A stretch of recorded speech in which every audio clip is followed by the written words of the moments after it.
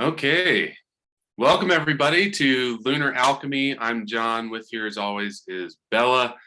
So happy to be discussing today the transit through gate 13, the mystical number 13, sometimes described as unlucky 13, but there's a deep hidden meaning underneath this number that is perfectly described in the I Ching as well as the gene keys. So today we're going to be discussing the shadow of discord, and to help us understand what's going on in the world of empaths.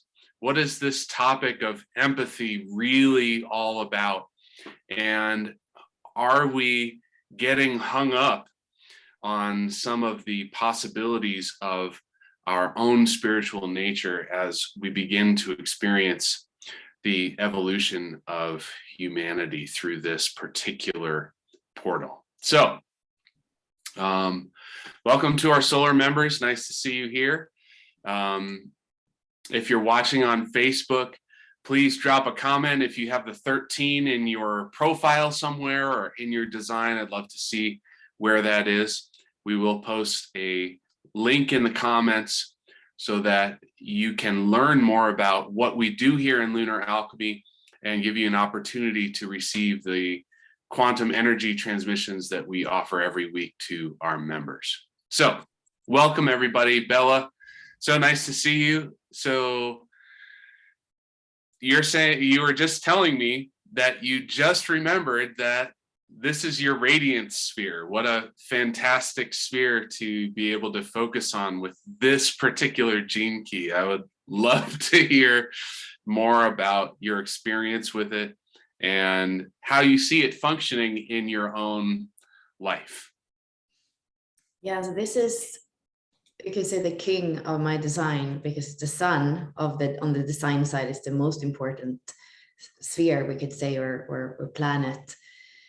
And having it in a 6th line, already the 13 is about listening, right? And hearing and reading between the lines. And I think in the 6th line, you're including all the lines. So you hear a lot. There's a lot to hear. And there's a lot too, I believe, to shine light on, maybe when it is in the sun. It's beautiful. We have in the Jinky community, for a long time with the ambassadors, we've had Tanmayo, and she's a sannyasi. She's been with Osho before, and she has the 13.6 in her life's work. And we have had a few conversations. One was 2-3 years ago when he started the 64 doors. We were speaking about her life's work in the 13. And it's beautiful when you have that, it's my unconscious mirroring her conscious. And in that sense, being 13.6 in her life's work, like she's really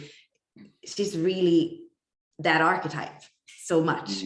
And I mean, she usually speaks about it, listening through love, which I think is beautiful. So to be able to witness her has been strong. I think for me, because it's in the body, it's more even about well-being. I have a feeling in my body when I can discern that something has interference in the energy, something is corrupt, that feels really strange for me. And I feel like once you learn what that feeling is, you can stop making yourself wrong for it. Because in the beginning, you're like, oh, I'm so sensitive, or why do I have to like always see what's wrong instead of what's right? So I feel like when you learn about it, you're like, oh, okay. And often it actually has to do with like a felt sense of things. So you can discern when things, actually this is sensing circuitry, it's the abstract circuitry of the body graph.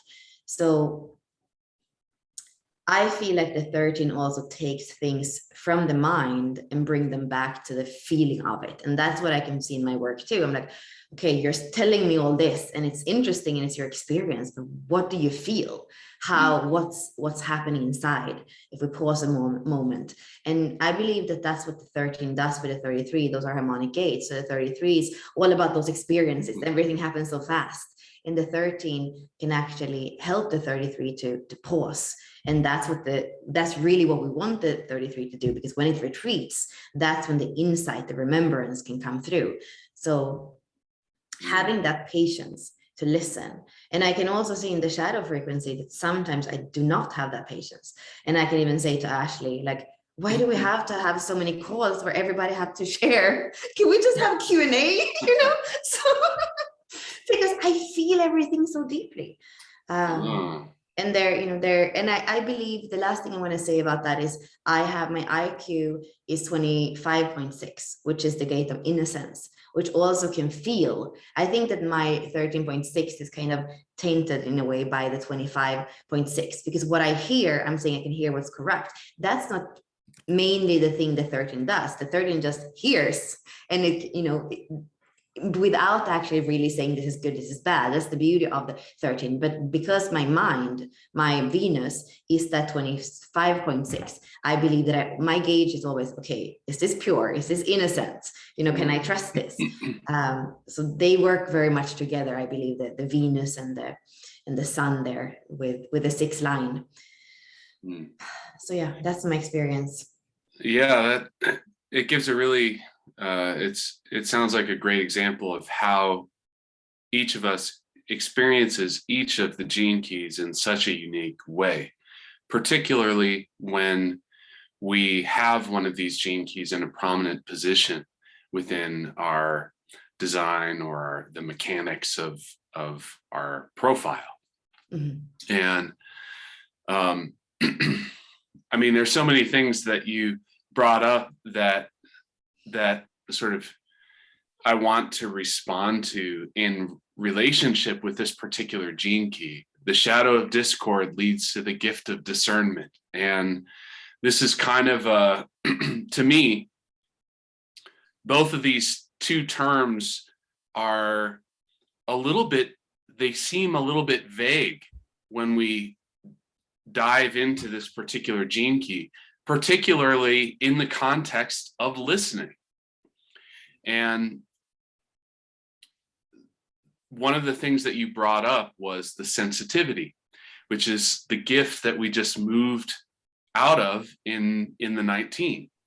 It's like this sensitivity is leading us into this place of being able to listen with such intensity that we come into relationship with energies that aren't really our own. And like as we're going through this experience, whether a person is like, oh, I'm a sensitive person.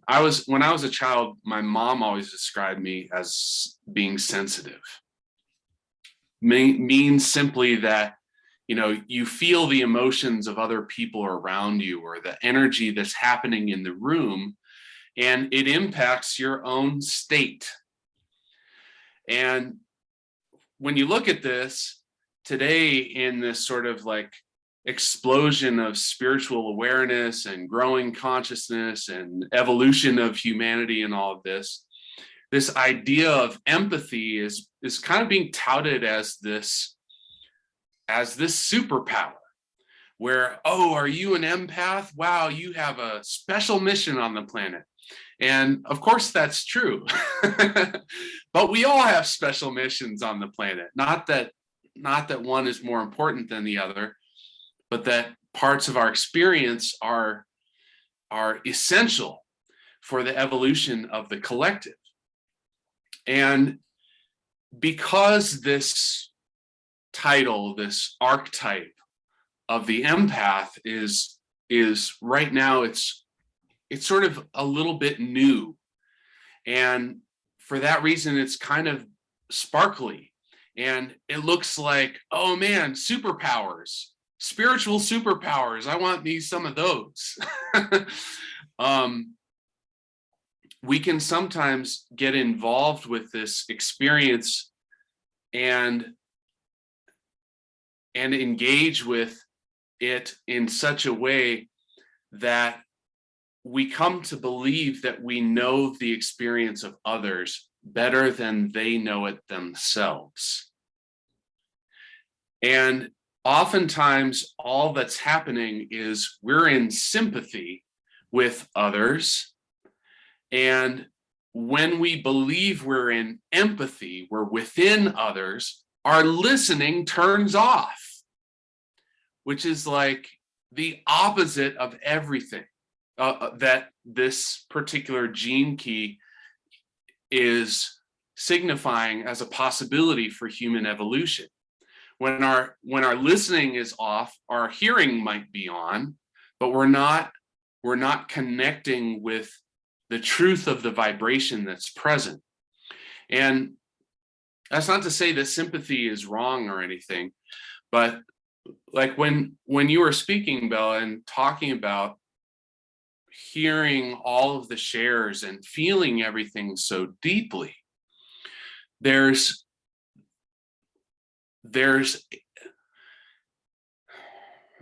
to me, like when I feel like when I get into this idea of the gene keys and the cities and the gifts and the shadows, I feel like the energies they're like interwoven throughout each other.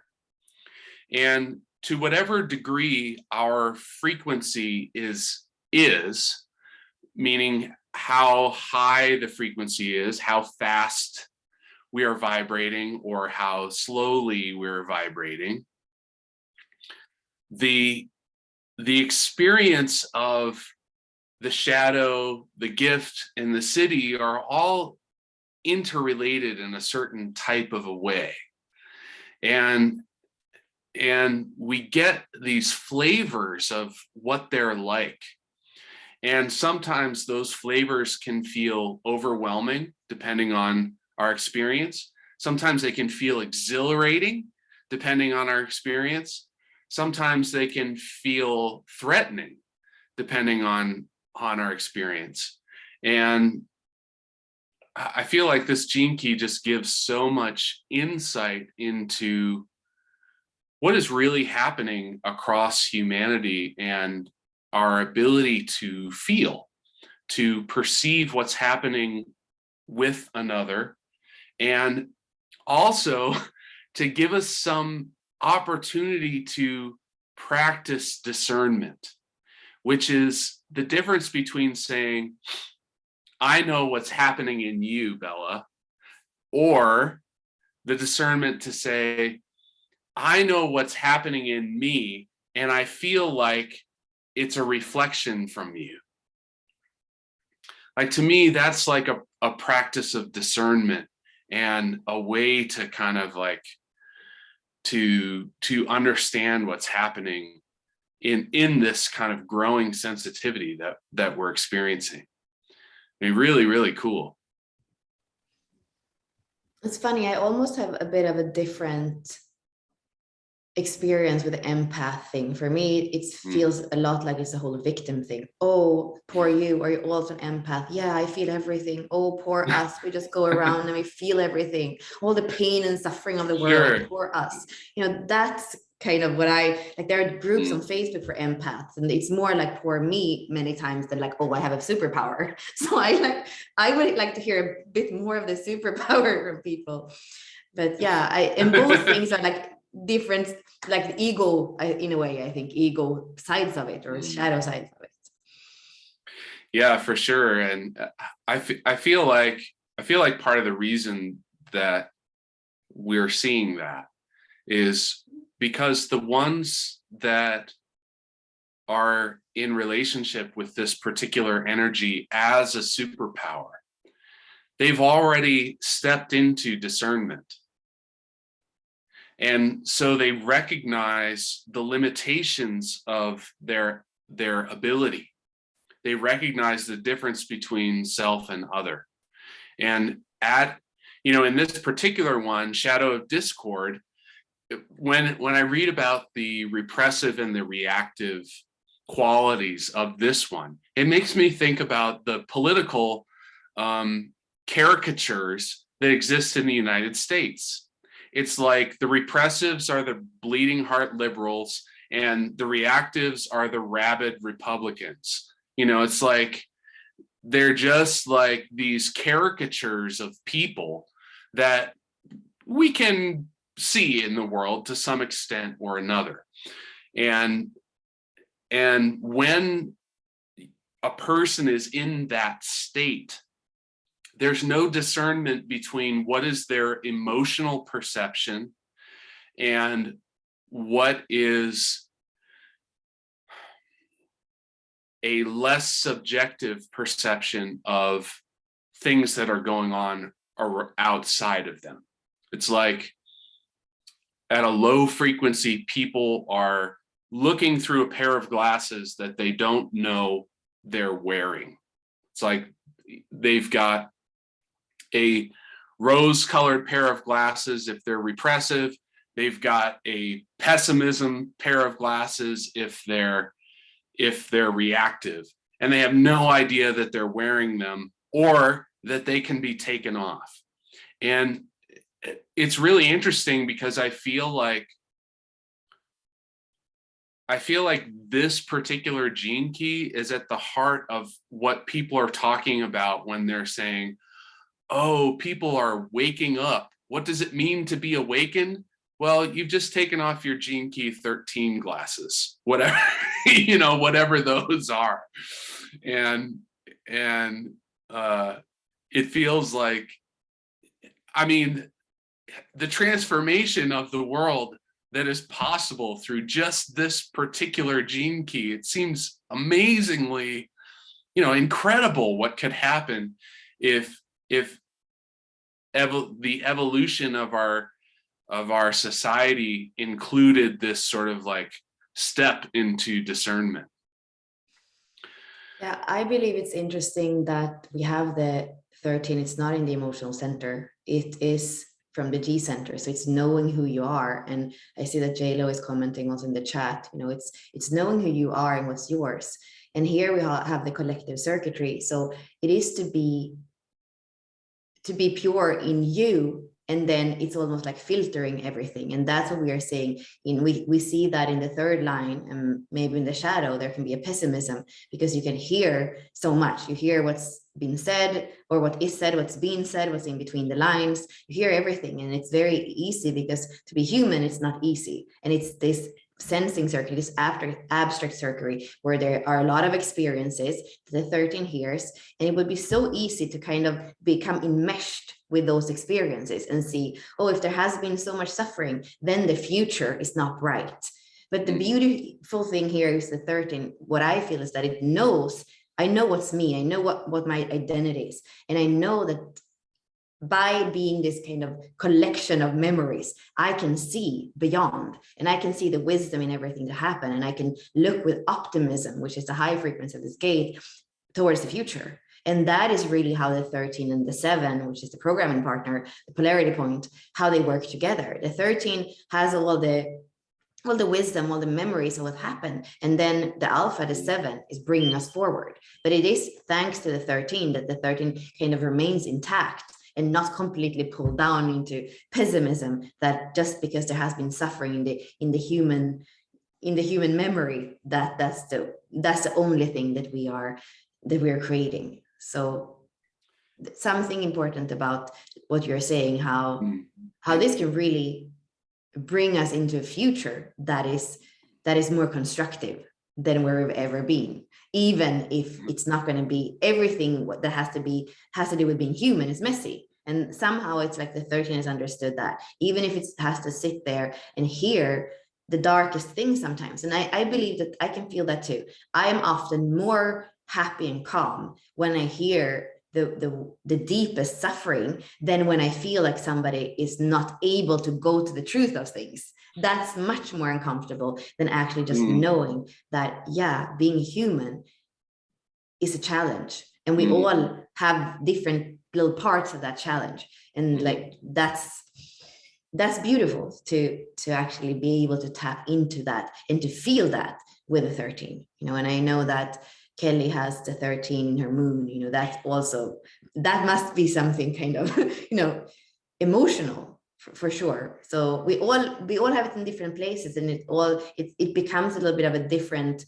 quality depending on where it is, what line it is, how it expresses itself. So to say that, 50% of humanity is empath and we're taking in everybody else and we're suffering so much just because of that. No, it's different for all of us. And I think human design and Gene Keys show that more than anything, that we are unique and differentiated in how we work with those activations.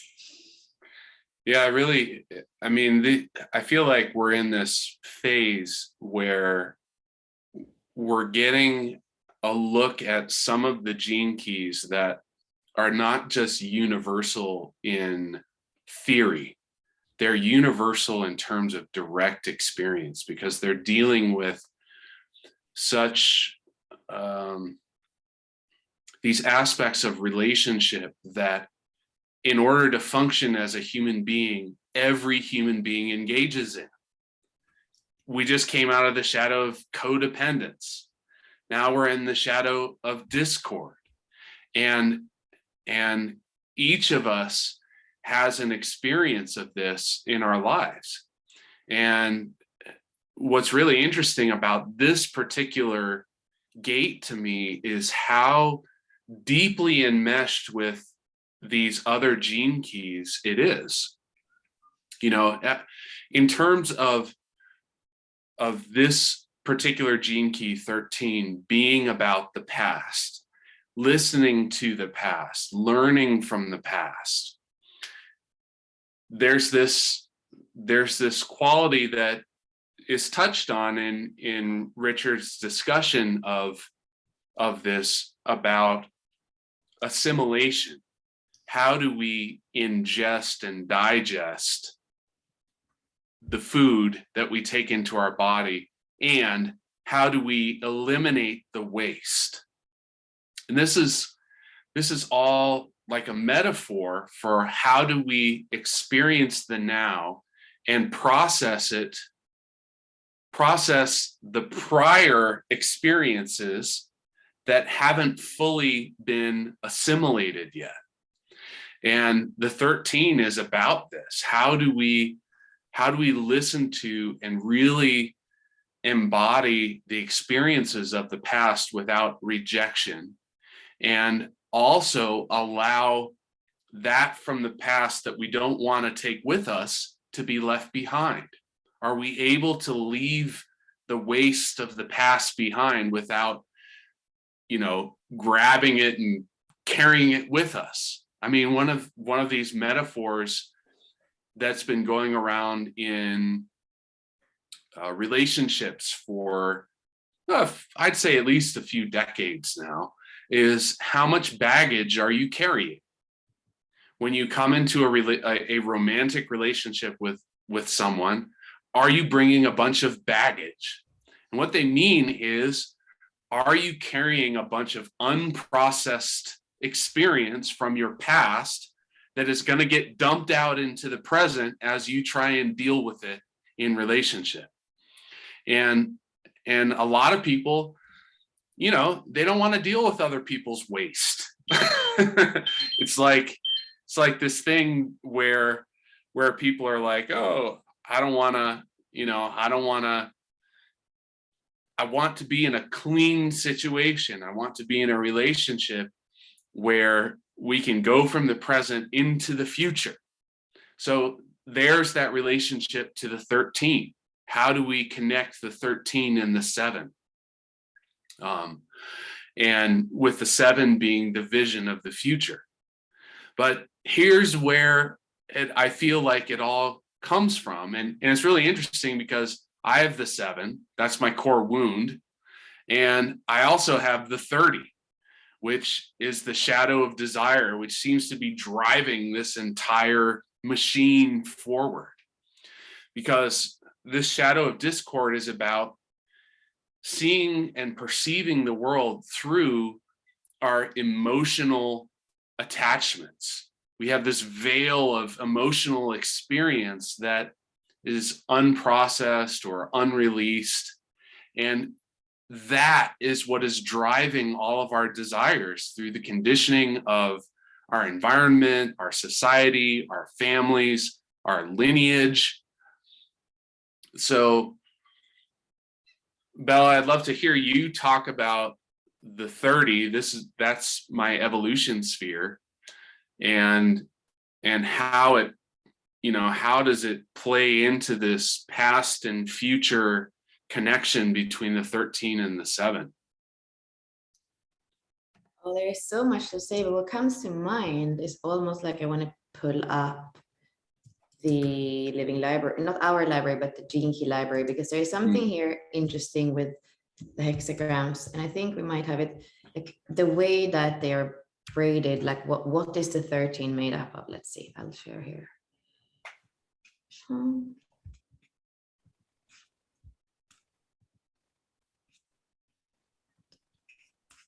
I'm sharing something different. Here we go.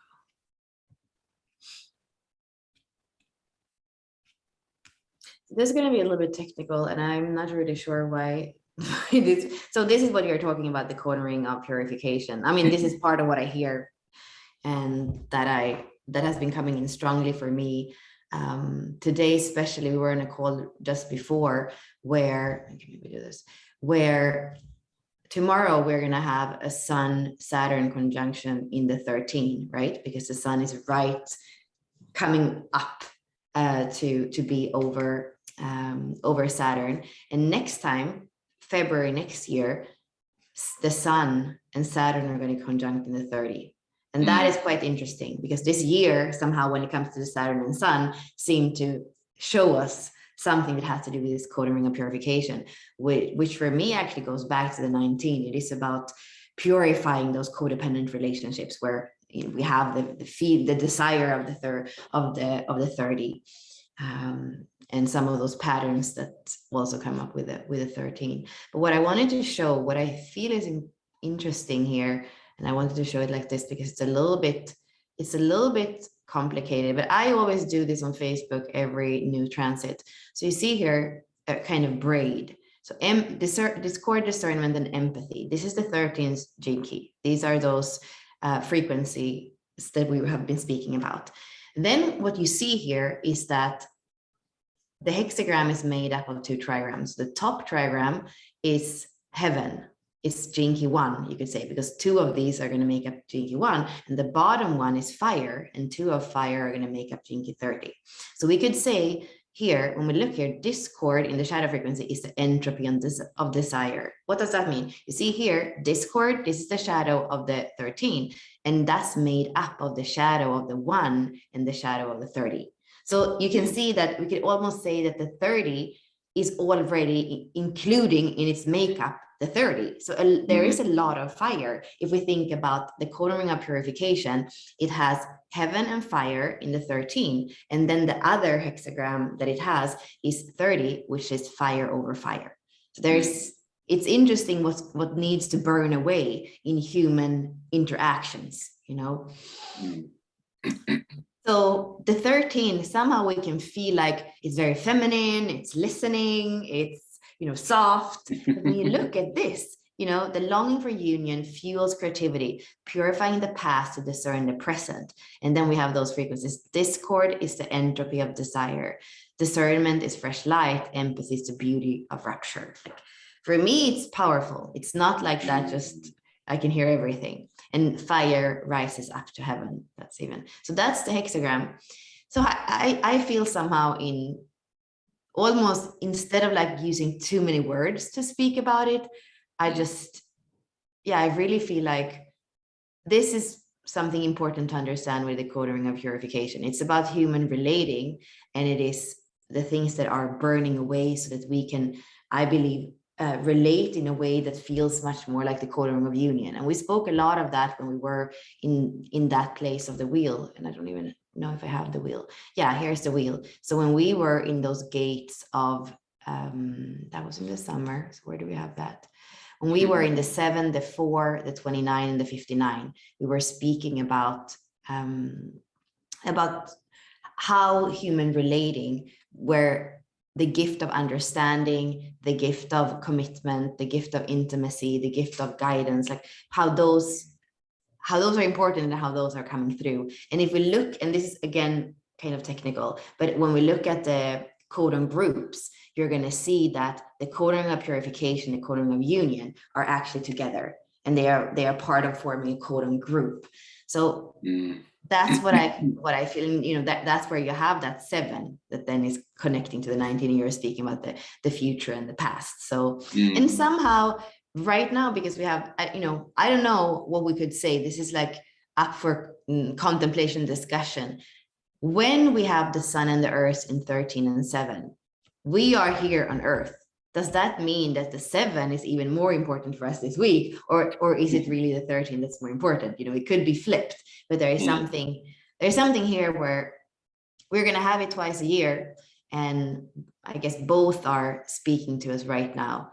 But I have felt the 13 more than I have felt the 7 this week. It could also just be a mental thing, because that's what we are focusing on. We say the sun is there. Yeah.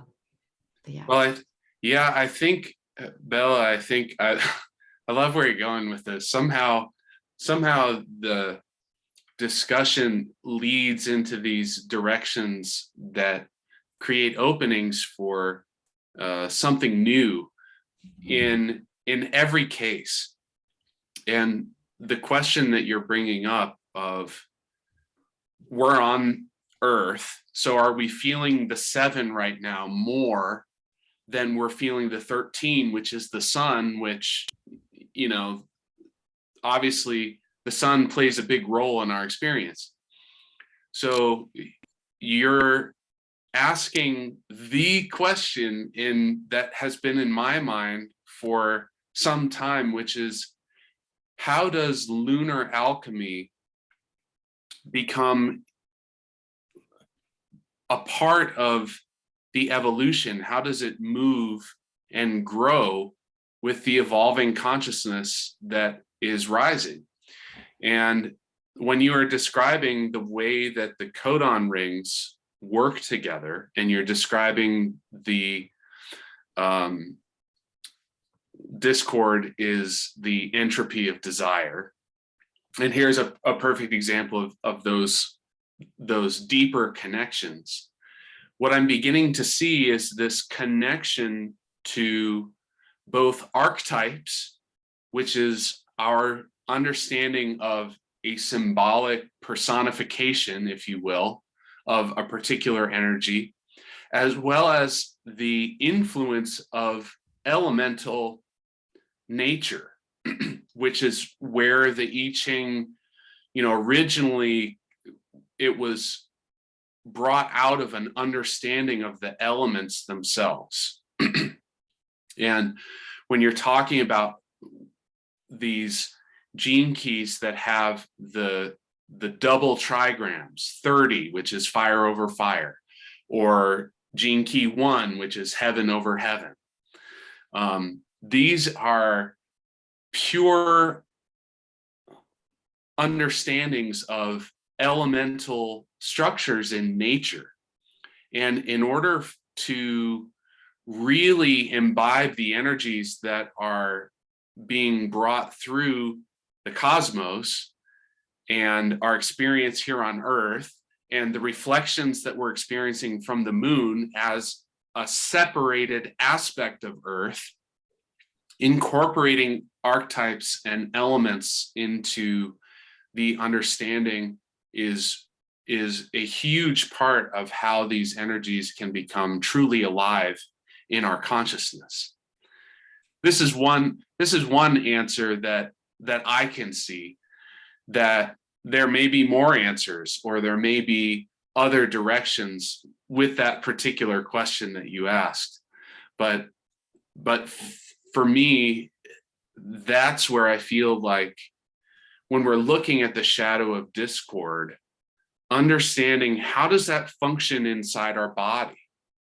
Does it connect to some symbolic aspect of my body that I can relate to, that makes more sense to my awareness than just saying the word glutamine? Now, you may have taken glutamine for one reason or another, but I think there's a lot of people on the planet that have no idea what it is, or what it does in your body, what the role is.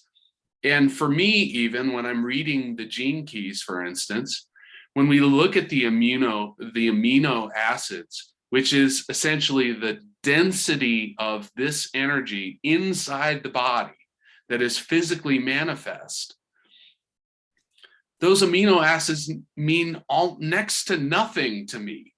You know, all the different lysosines and, you know, the different types of amino acids. I don't have any experience with those. I'm not a chemist, right?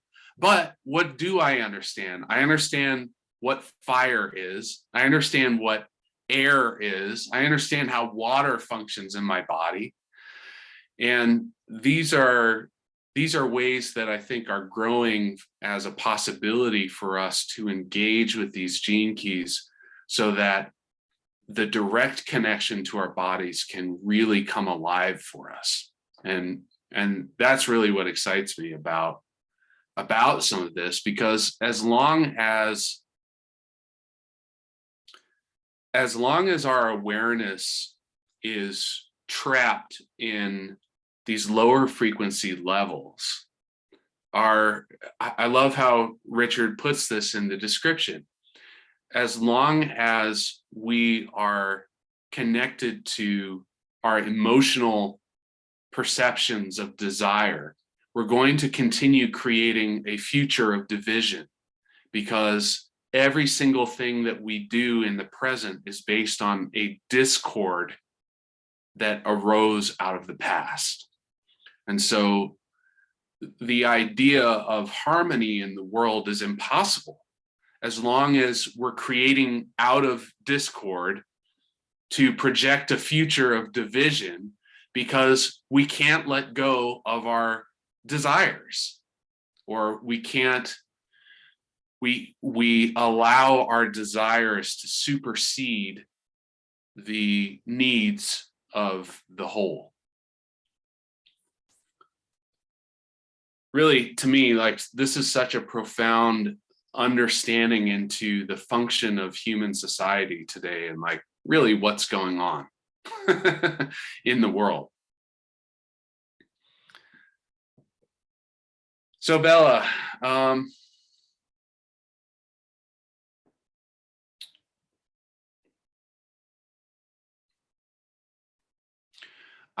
since 13 is your radiance,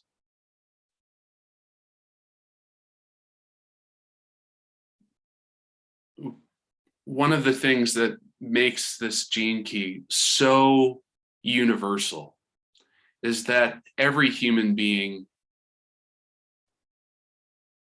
carries with them the awareness of their past. And when we look at also what is universal in human experience, it's human suffering. The fact that humans suffer. And one of the teachings of many of the Eastern traditions is about being present. You know, even the sort of spiritual movement that's happening today, the book Be Here Now is this like revelatory book for people to read and experience the importance of remaining present when we look at the possibility of becoming free from human suffering. So from that perspective, since the future hasn't happened yet, and most of us don't have precognition happening all the time, that means that what we're suffering is the past. So what I want to ask you is, when you consider the suffering that may have existed in your past, or any individual considers that, how does this gene key, how does it function? How can we use this experience of being so connected to our own experience of the past to know how it felt, to know what happened to us, to know what somebody else meant to do to us in the moment? How do we use this to create something that feels better in our present? How do we get right with the past?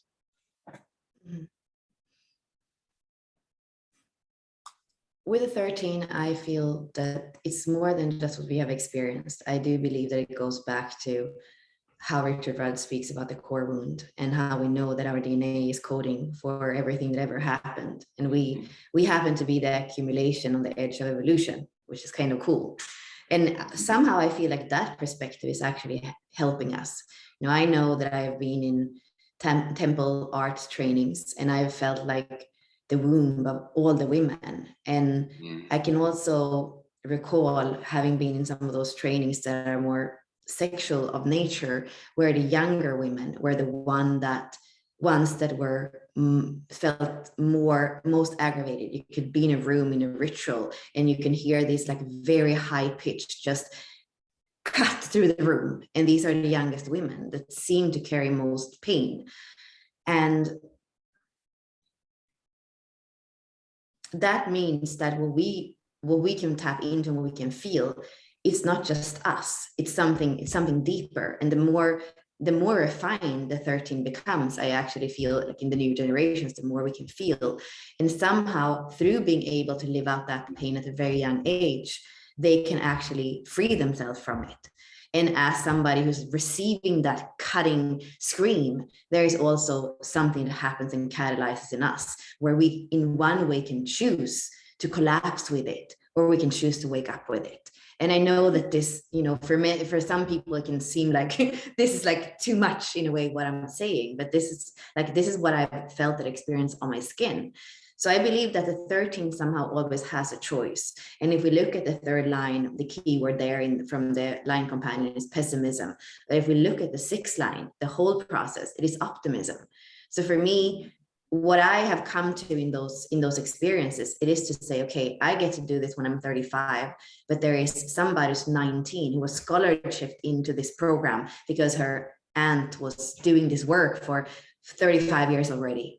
Like there is a beauty when we can come together in generations and see the work that can be done today much earlier. So there are also positive things with the fact that things are more accessible, that the world is more globalized, that some of these things that have to do with wounding and even deeper, like sexual wounding, it's not so taboo anymore. So daring to go there and dare to recall that whatever you keep and carry in your DNA, it's not only yours, and you're doing the work of generations and generations before. And somehow in that weave, we all have our place. So there's also an acceptance of what is it that I remember? What is it that I have been through? What is it that I carry? What is it, my lineage? And I believe it's actually more destabilizing sometimes.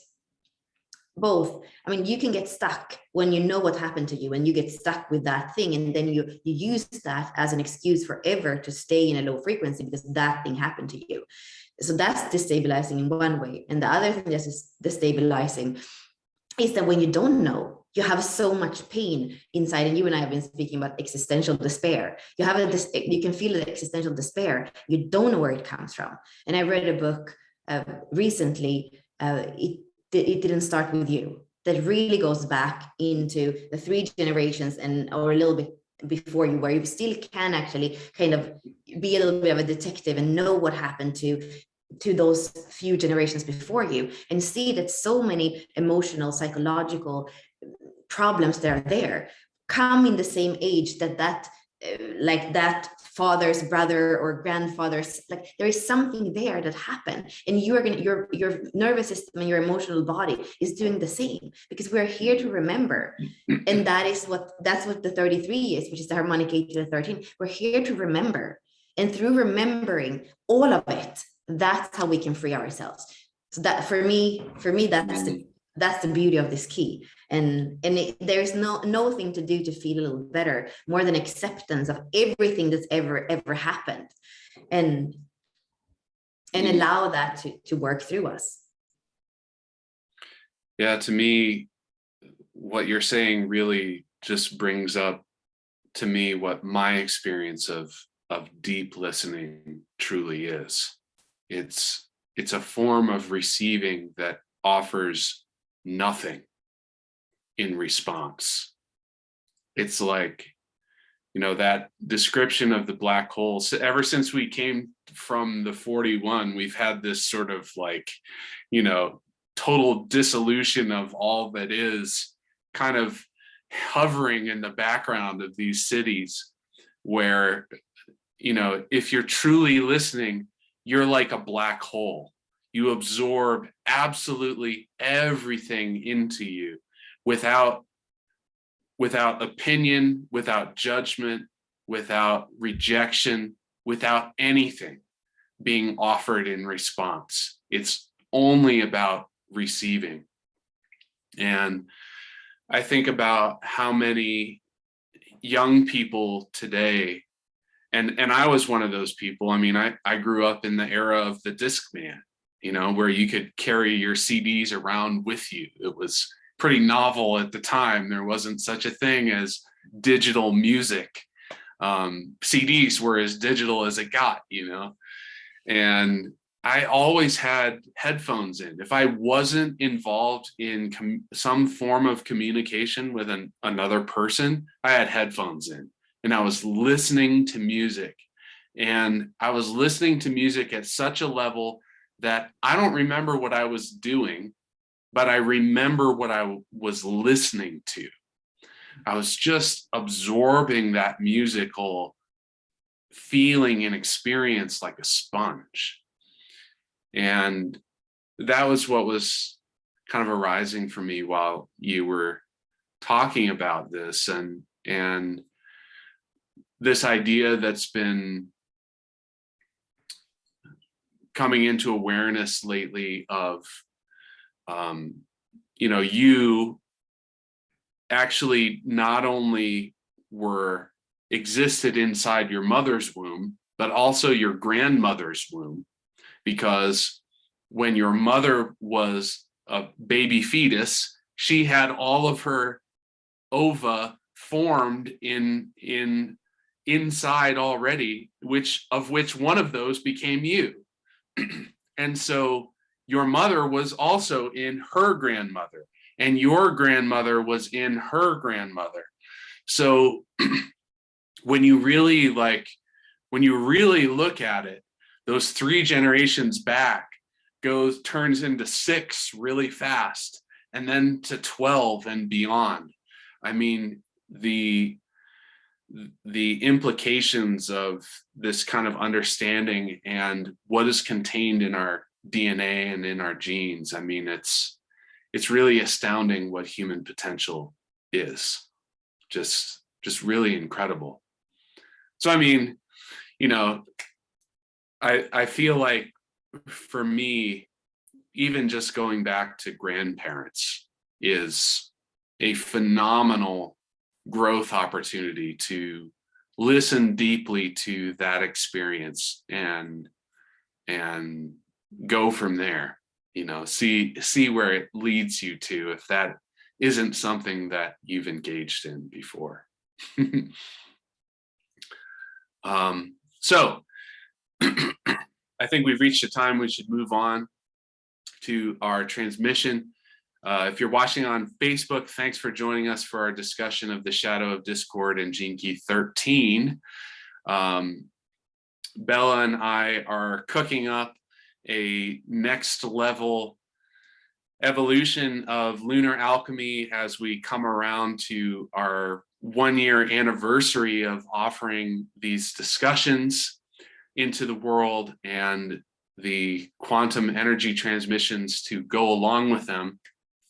You can click in the comments. I posted that there on Facebook if you'd like to learn more about Lunar Alchemy and what we do every week, or how to become a member. That's all there. And we will look forward to seeing you in a future discussion. And we'll be making some announcements about what is to come very, very soon, as we began almost 1 year ago in just a couple of weeks. So we'll continue now with our members to the energy transmission and sending you loving presence. Have a beautiful rest of your day.